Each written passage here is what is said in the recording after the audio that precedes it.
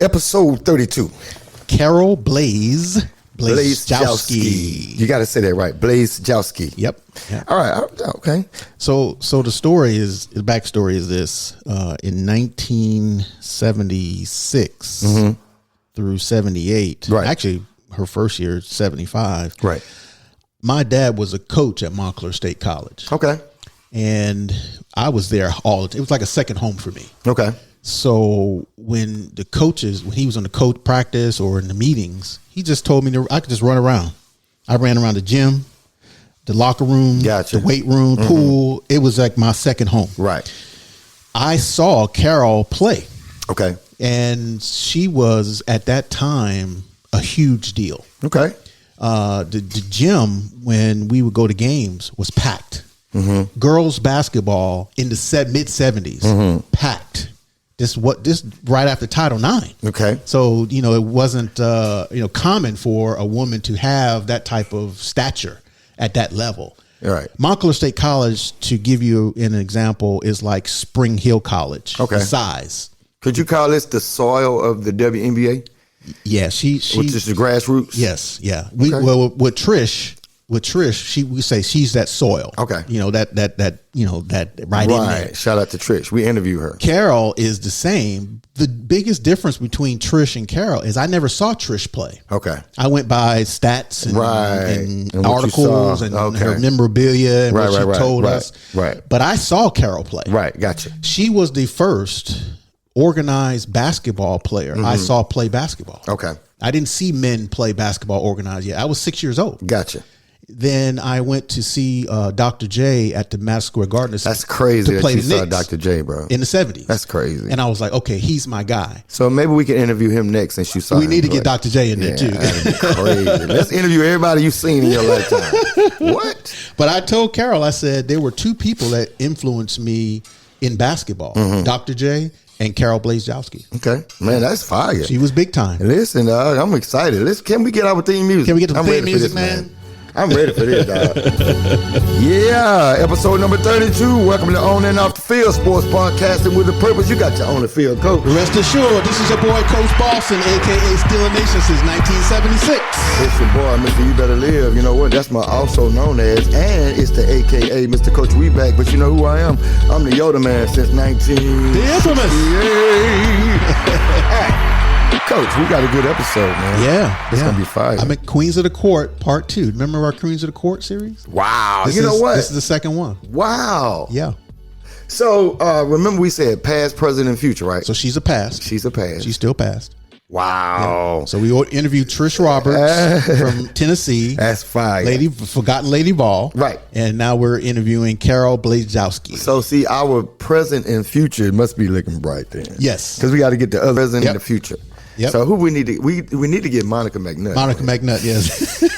Yes. Monica. All right. And to McNutt. Class clown segment. Let's laugh. Look, before we move on, real quick, I saw where one of the little small podcasts had been saying something to one of the analysts, and the analysts heard it, and they shouted them out on the...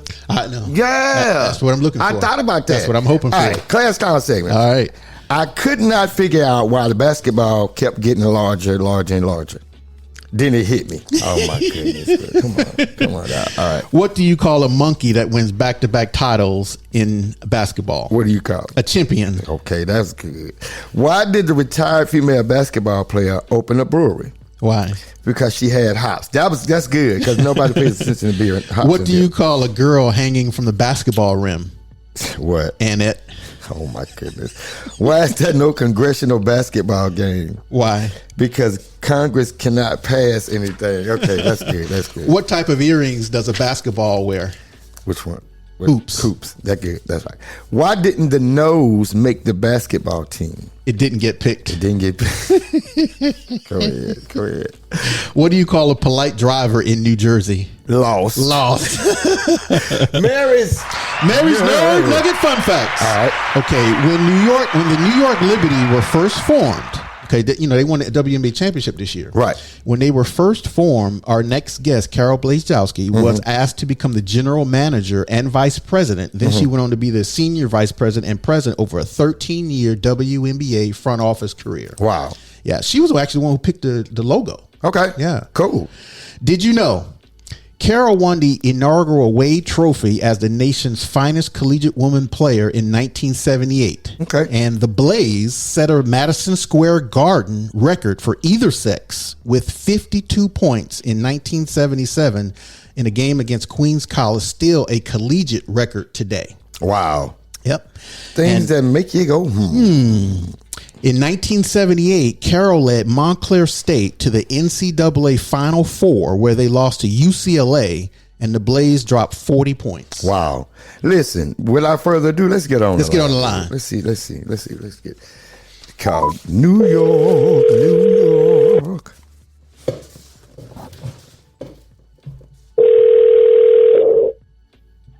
Good morning. Good morning. Is this Carol Blazejowski? It is indeed. Good morning. All right. Welcome to On and Off the Field, sports podcast, and with a purpose. You got your On the Field coach, which you already know. This is Lance Boston. How you doing, Carol? Good morning, Lance. Good morning. Fine, thank you. And I am your Off the Field coach. It's so good to. It's a pleasure to meet you. Voice to voice. I didn't meet you in person, but I heard so many good things about you. My name is Rick Hesley, and I'm the Off the Field coach on and off the field sports podcasting with a purpose. How you doing? I'm terrific today. A little cold in New Jersey, but all good. My wife is from New Jersey. She's from Bridgeton, New Jersey. Yeah. Bridgewater. Bridgeton. Bridgeton? Bridgeton. Okay. Yes. So I got to read your intro. I got to read your bio. So I love to read your bio. So if you would, can I introduce the world? Well, they already know who you are, but let me reintroduce you to the world if I could. Can I do that? Absolutely. She is a 9-time Hall of Famer, including the Naismith Hall of Fame, 1978 Collegiate Women's Basketball Player of the Year, a 3-time Collegiate All-American, and the 1980 Olympic team captain. Ladies and gentlemen, Carol Blazejowski. So if I missed anything, let me know. There's a lot to miss. Yeah, I know. If I missed something that you want to bring out, what did I miss? Let me know. No, you good. No, everything is good. All good, all good. Good. So tell us, Carol, where did you grow up? Let's start there. I grew up in Cranford, New Jersey, about middle of the state, exit 136 on the Parkway, for those who know New Jersey. Wow. I got to tell that to my wife. All right, so what's your favorite local sports team? Let me say this. You got first the Giants or the Jets. We'll get you like to pick the Yankees or the Mets, the Knicks or the Nets, and the Devils, Rangers, or Islanders. We can go over this. So pick the Giants or the Jets. Which one you like? Giants. Okay. All right, Yankees or Mets? Yankees.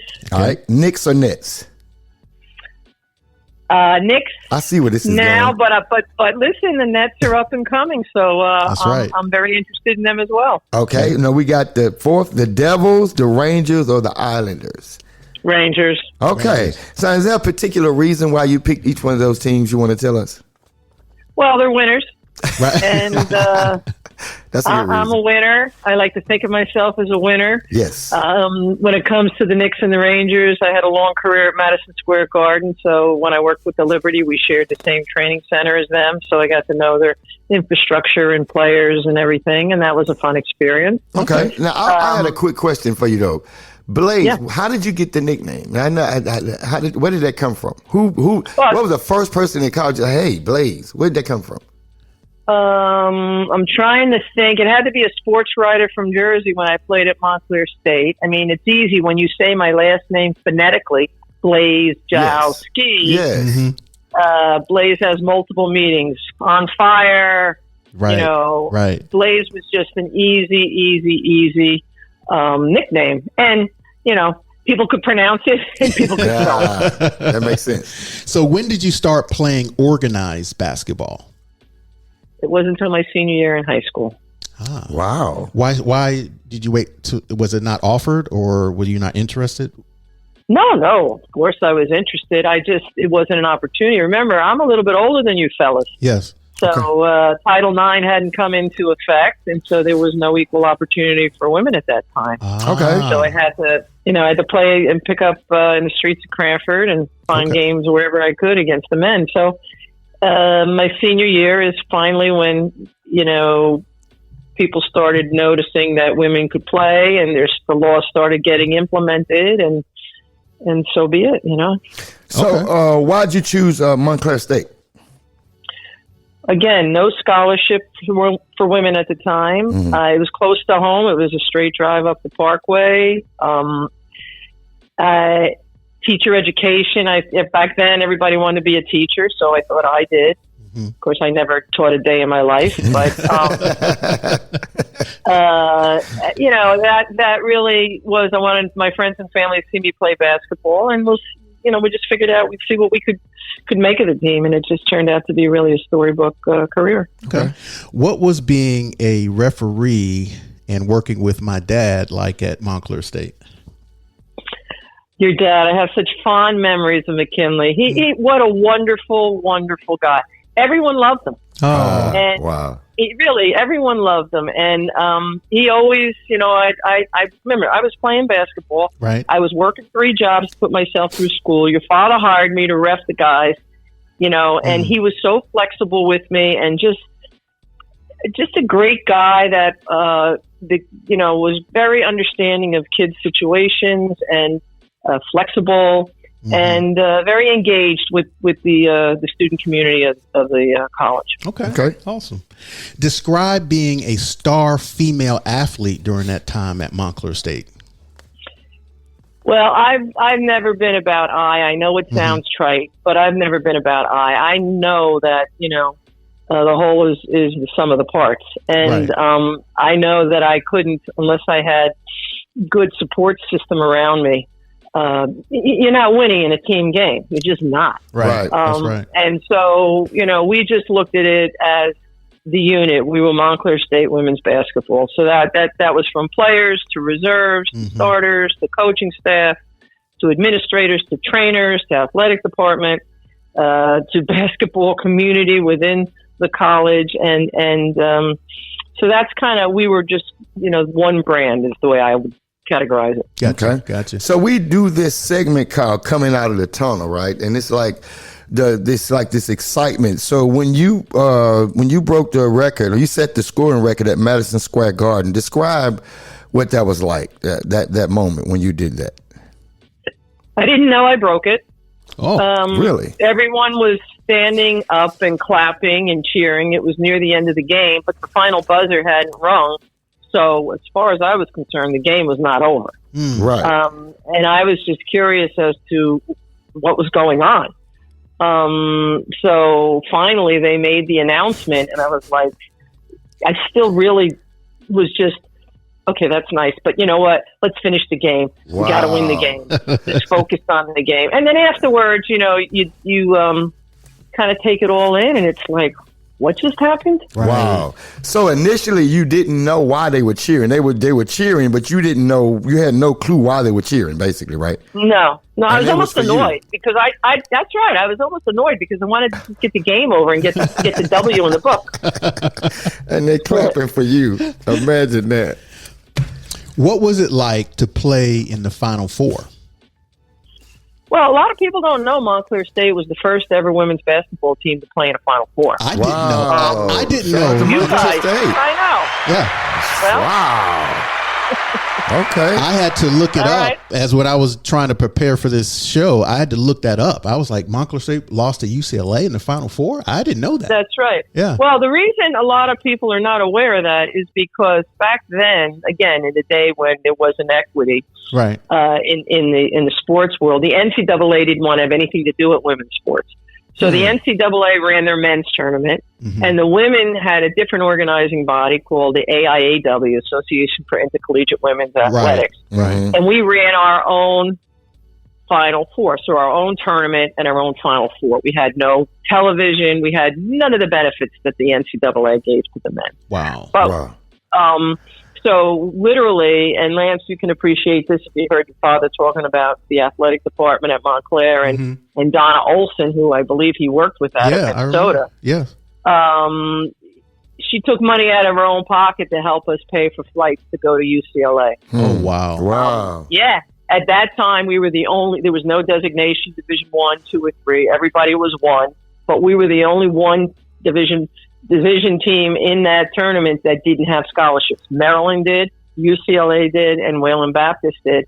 But good old little Montclair, Sister of the Poor, had nothing. Wow. So, so we went out there, and, it goes unnoticed because we weren't tied it back to the NCAA. Right. But in fact, real basketball people know that Montclair State was in, I should say real basketball historians know that Montclair State was in the first ever Final Four. Wow. I was telling Coach before we called you, and we were talking about your accomplishments, and Trish also, we interviewed also. And you guys are like the grassroots, the soil of what we now see as the WNBA. You guys are like grassroots, that was overlooked, kind of unsung heroes in a sense. Put in work when no one was, giving credit to women, female, and you have to recognize that you guys did stuff that it went unrecognized until now. You know what I mean? Now you got to go back and say, man, where did this stem from? What was the grassroots of this? Who started this? When nobody else was looking, before the cameras was on you guys were putting in work.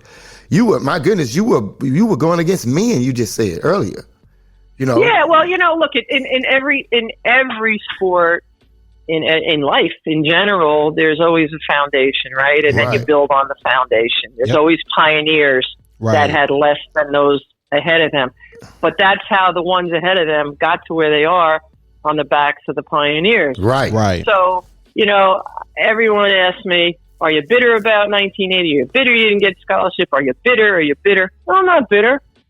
I'm happy to be alive. I'm happy and grateful that I gave my life and my basketball skills and talent to the game that others could benefit in later years. So there's no bitterness there. I had a great career. I have a great life, and I'm happy to watch where women's basketball has, and women's sports in general has gotten to today. Yeah. So the work you guys put in, and I'll move on. You guys, when you see Caitlin Clark and Angel Reese, they are the fruits of your labor in a sense. Yes. Yeah. That's so correct. I love that. Yeah. So, all right. So life moment segment. So let's fast forward a little bit. Describe your feelings leading up to the 1980 Olympics and when you found out that the USA would boycott the games. How did that make you feel? Well, backtrack a little bit. I got cut from the 1976 Olympic team, and I felt that I shouldn't have.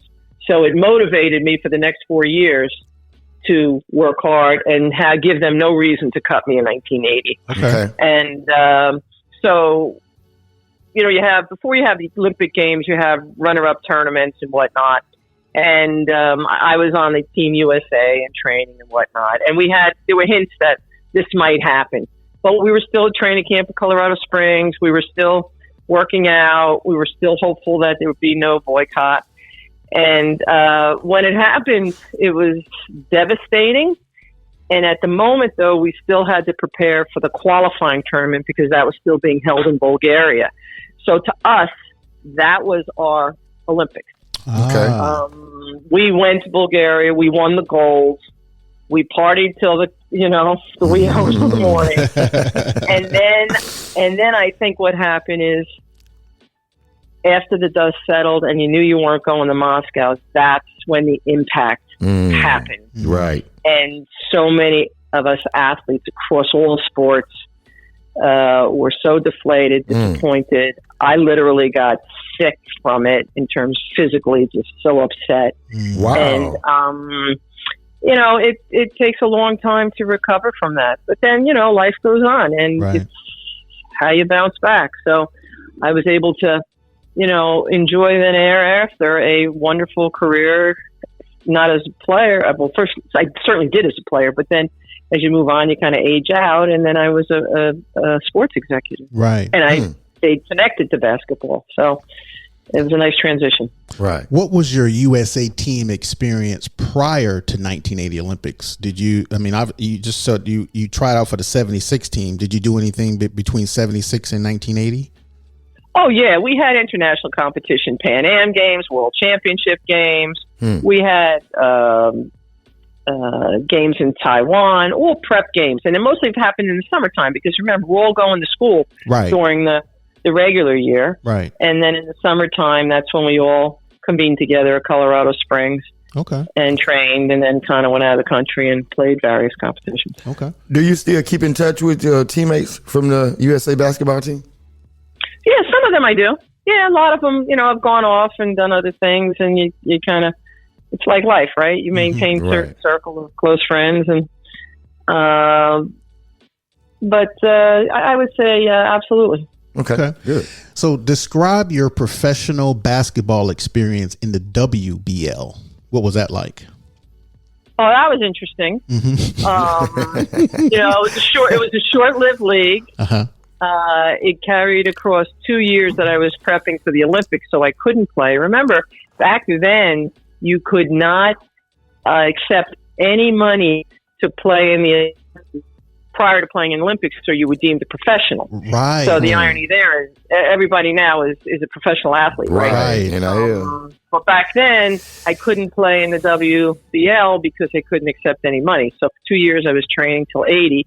Then after that, I played 1 year, if you want to call it that, in the WBL, because the league folded prior to the end of the year. I didn't get paid any of the money. Well, maybe a couple of bucks, but none of the money that my contract stipulated. Wow. And, wow.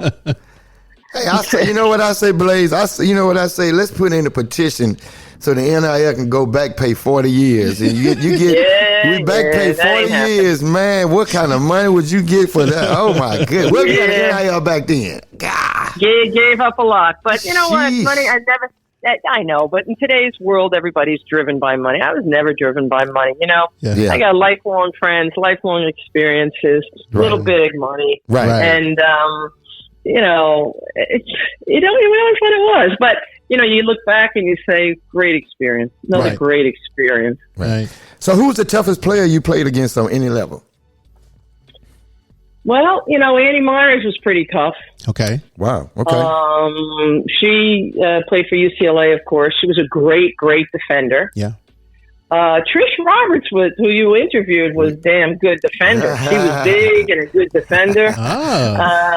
And we have a common respect for one another. But she played at Tennessee, and plus also a teammate of mine on Team USA. Okay. So she was pretty good. And there were a lot of them. Okay. I had a lot of respect for players, and but those are probably two of the toughest. Okay. I got a quick question. What's the strongest part of your game? What was the strongest part of your game? Shooting. I was a scorer. Yeah, I was a scorer. I was before the 3-ball. Was it a catch and shoot? Was it a creating off the drip? What was it? I could do it all. Coming off the pick? Let me tell you, Carol, when you were at Montclair State, that gym off to the side, like you had your main gym. We used to call it Gym 6. Yeah. So I used to go in there and do your moves. When you were playing in the game, I would watch, and I go in the room next door, and I go over there and practice. I'd be like, I'm Blazejowski. Well, that's flattering. How about that? That's funny. So, well, that really is funny, and that's fond memories. But listen, back then we had such a cerebral team that I was the go-to player, and I had counter after counter after counter, and this didn't work. We went to the next thing. That didn't work. We went to the next thing. Ultimately, I always got the ball in my hand, and I scored. There was a lady on your team that actually I did speak to several times. Her and I remember her. Wanda was her first name. Wanda Zarmeta. Yes. Wanda Zarmeta. I remember her because, like I said, I was a little kid, and, sometimes, the athletes would, speak with me and talk with me. I remember her from that team. Yeah, it was you, Wanda, and of course yourself. I remember those. You were the two figures that I remember off that basketball team. Yeah, well, funny because Wanda remains a very good friend of mine. Okay. She turned out to be a Division I referee, which we all laugh at because she was always screaming at the refs when she played, and then ended up being a D1 ref. But both of us at the time had Dorothy Hamill haircuts. You two were too young again to know what that means. I know who Dorothy Hamill is. Thank you, all man. right. Well, they would confuse us. They didn't look at our numbers. They would just see our haircuts and they'd confuse us. So she'd a lot of times get asked for my autograph, and she would sign her name when people thought it was me. Wow. Okay. Wow. So anyway, that's one of the. So here's another one. Who was the best female basketball player you ever saw play from your time, even in past or present? Who's the one that just like, wow, she's the GOAT?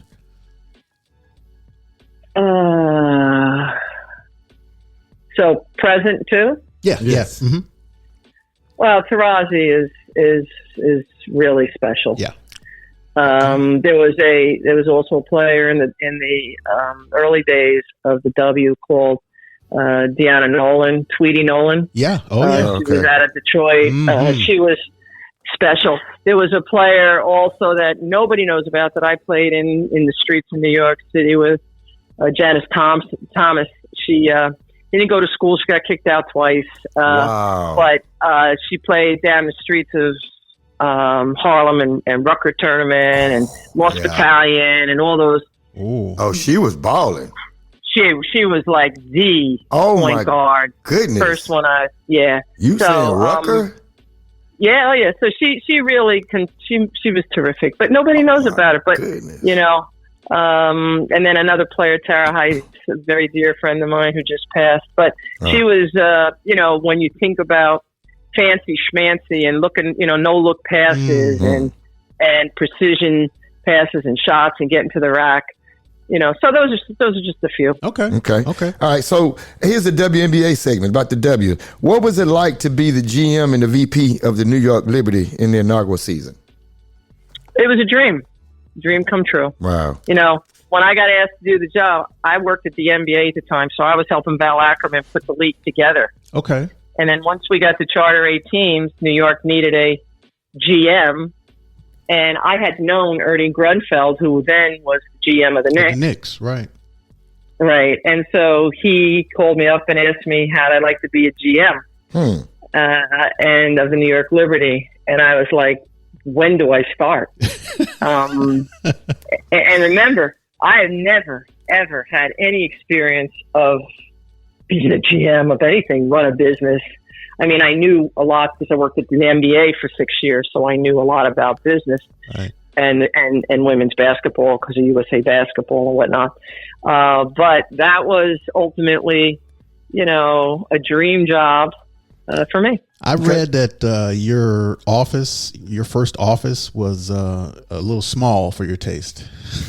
yeah, off the freight elevator. It was. My goodness. Yeah. They say, "Hey, lady, which way to this way? Which way to the next office? Which way to this?" Okay. But you know what? It was. I had a pencil, I had a desk, I had a chair, and I got to paint my whole picture. Right. I got from start to scratch. Good. I got to do everything. Cool. But I had fantastic help from the Knicks organization and the Knicks infrastructure in Madison Square Garden. Okay. So it was really a labor of love. Right. All right. Tallulah. What did you think about the popularity of the WNBA this year and the Liberty winning their first championship?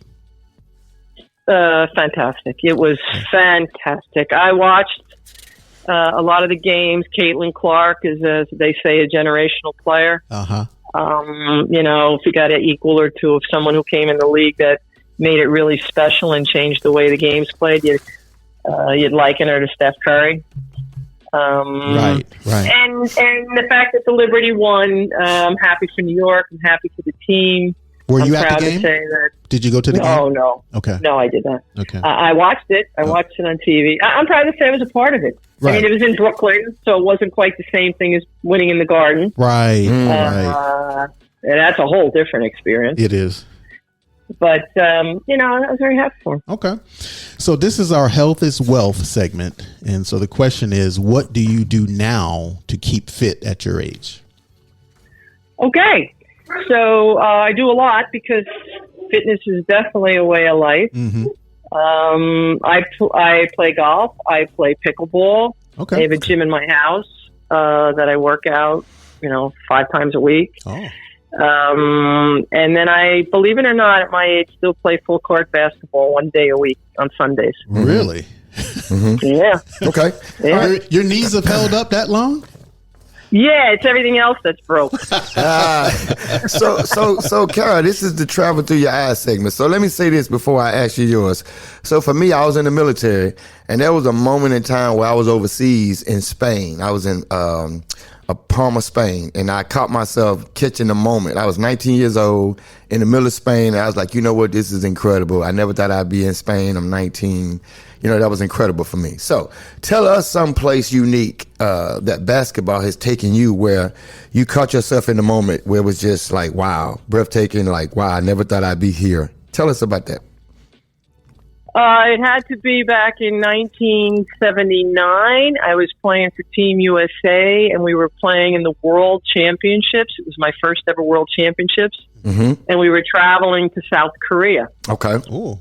And I'd never been to Asia, so that was a long flight, first to Hawaii, then to Japan, Mm-hmm. and then over to Korea. Mm-hmm. And we opened up a new stadium that held 25,000 people. Mm. And I remember playing against Korea, the South Koreans, in that tournament with 25,000 South Korean fans rooting against us. Wow. Was that the most you've ever played against in the crowd? Yes. Oh, wow. Yes. Wow. So we did have some of the U.S. Embassy and the military guys. We have a strong military presence there, so we had a lot of the military guys there as well. But, Okay. Supporting us, but it was a handful, and they were buried in the crowd. And I remember that just looking around saying, wow, I'm in Right. South Korea. I'm proud as hell with USA basketball, USA B on my back. I don't care, we're the USA. We're beating this team. Right. And that was like a moment for me that I just swelled with pride, like, wow. That's what money can't buy. So those are the moments, like you were saying earlier, that money just can't buy that moment. That's right. And so that's what we cherish. And so that was a good one. I like That was a that. good one. So 2 thumbs up. What movie or show have you watched way too many times? Oh, this is a tough one. Wow. Elf. Elf. That's cool. The holidays. Right. But I like that, I though. like Elf. Will Ferrell is hilarious. He is hilarious. Oh, my goodness. The campaign is good for me. I like the campaign. Have you seen the campaign with Will Ferrell in it? No. Oh, I my haven't. goodness. Please watch it. Okay. I will. I have to. That's one I have to think about. I really have to think about. All right. So this is But for now, let's stay with the elf. This is the helpful hints segment. What would you tell a young female basketball player who wants to play in college and or the W? What would you tell them? I'd tell them to outwork everybody, to have a vision, and to make sure they practice. And that's not just, once every other day or, and I'd say if you have a dream to do that, then it's nothing but hard work, vision, and an aspiration to get there, because you can do it. You can do it. How many shots did you average per day when you practice? You working out? How many God. shots? Just give us a ballpark. Give me, come on. I know what well Jordan over said. I know well what over Jordan 1,000. said. Well over 1,000. Well over 1,000. Well over 1,000. Really? Yeah. Oh, Jump easy. shots. Easy. Because in between each practice session, I take 10 free throws. So I had 100 free throws at minimum, right? Uh-huh. That was the easy stuff. And then, from each spot, you took at least 20. So, it adds up really quick. And then you're out there for 2 hours. 1,000, at least 1,000 plus jump shots. That's what. That's Kobe talked about. crazy. Yeah. So, Carol, tell us. You're driven. When you're driven, you're driven. That's what I like. That's right. Wow. Tell us what you're doing now, and are you still involved with basketball? Oh, yeah. Basketball's, been a part of my life since I was 10. It's my lifestyle, and was my livelihood, and now I do it as a passion. So I have a little business called Blaze Basketball Enterprises, aka Blaze Hoop Crew. Okay. And I work with young people, boys and girls, starting from kindergarten through 8th grade, and we do grassroots programs in the Northeast area. You know, I have deals with local neighborhoods, Little Falls, Nutley, Cranford, all those towns, Berkeley Heights, New Providence. I can go on and on. Okay, and we go in there and we run their grassroots program. Okay. Right. All right. This is the final drive, Sports Jeopardy. So we're going to speed it up and get to some fun questions. Okay. Boy. Now you're putting pressure on me. Right. All right. Who was awarded the WNBA MVP in both 2018 and 2023? 2008 wasn't Collier. I should know this. This was last year. And she's close to she's close by. Trying to give you some hits. Played at UConn. Shoot. Yeah, Shuey. Yep. Brianna Stewart. Okay. Brianna Stewart. We'll give you that. Which college or university has the most players in the WNBA? It's got to be UConn, no? No. Stanford. Really? Well, Yeah. I was going to say Tennessee next. Stanford. Wow. Yes. Who was the WNBA Coach of the Year for 3 consecutive years? Guys, you guys are stumping me. And this would have been at the start of the WNBA. Yes. To give you a hint. Van Chancellor? Yes. There you go. That's right. Gotcha. We got to That's give right. we give you credit. All right. This is an easy one right here. This is real very easy. easy. But I'm so interested in your answer. I'm going to gas this up before. I'm so interested in your answer, right? What would be the first thing you would do if you were elected president of these United States? What is the first what? The first thing you would do if you were elected president of these United States. Oh, I don't know. That's a tough one. I have a lot of things I do. I can't give you one. You can't give me one? I'd hire a female vice president. There you go. There you go. I like that. I like that. All right. Which do you hate the most? Driving on the Parkway or the Turnpike? Parkway. All right. Okay. All right. Here's the question: Jordan versus LeBron. All right. Who you got? got? Oh, Jordan. Thank you. Oh my goodness. Oh, listen. Before we move on, can you please tell the listeners why you have Jordan? He had killer instinct. Besides all the athleticism, he was a killer. Facts. He hated to lose. He just had a killer instinct in him. So That's what I'm talking about. I like that. Yes. I like that. All right. This is fill in the blank. And so these are teams from the original WBL. Okay. Mm-hmm. Houston blank. I don't know. Angels. Oh, I would have never got that. Okay. Remember, I only played 1 year. Oh, so. I know. I thought these names were pretty cool. This is a corny one though. I don't know who gave this one. I know. The Iowa blank. They're called Cornets? Cornets. Yes. How did you get that? That's a weird name. Corn. Iowa Cornets. The Milwaukee blank. Does? Yes. Wow, you got that one. The Minnesota blank. Phillies. Good. Correct. And the last one, this doesn't even sound like a female basketball No, it team. doesn't. The Nebraska blank. Wranglers. Wranglers. Wow. Yeah. That's what's up. That's good. You didn't think you were going to get that, did you? No. You All did right. good. Comics and cartoon segment. This is I got easy ones. What Man. was your favorite cartoon growing up? That's easy. Well, for me, it was Tom and Jerry. Yes, Okay. I love that. Yeah. I love Tom and Jerry. I watched all of those. I still watch Tom and I Jerry. still watch it. All right, Carol. So you have to answer swish, like swish, for yes. Yep. Got it. Or forget about it for no. Yes, in a New York accent. Forget about it. Forget about it. Forget about it. So this is the game. Okay. Never have I ever. So never have I ever gone on a cruise. Swish. Okay. Never have I ever gone bungee jumping. Forget about it. Never have I ever eavesdropped on a private conversation. Forget about it. Never have I ever cried during a movie. Oh, swish. Yes. Never have I ever sent a text to the wrong person. Swish. You have? Did you regret it? Oh, yeah, man. Pulling them back is tough. Yeah, once it's out there, it's out Once there. it's out there, right? All right. Here's a what if. What if you could pick 4 players in their prime to play with you in your prime to play against the current WNBA champion, the Liberty?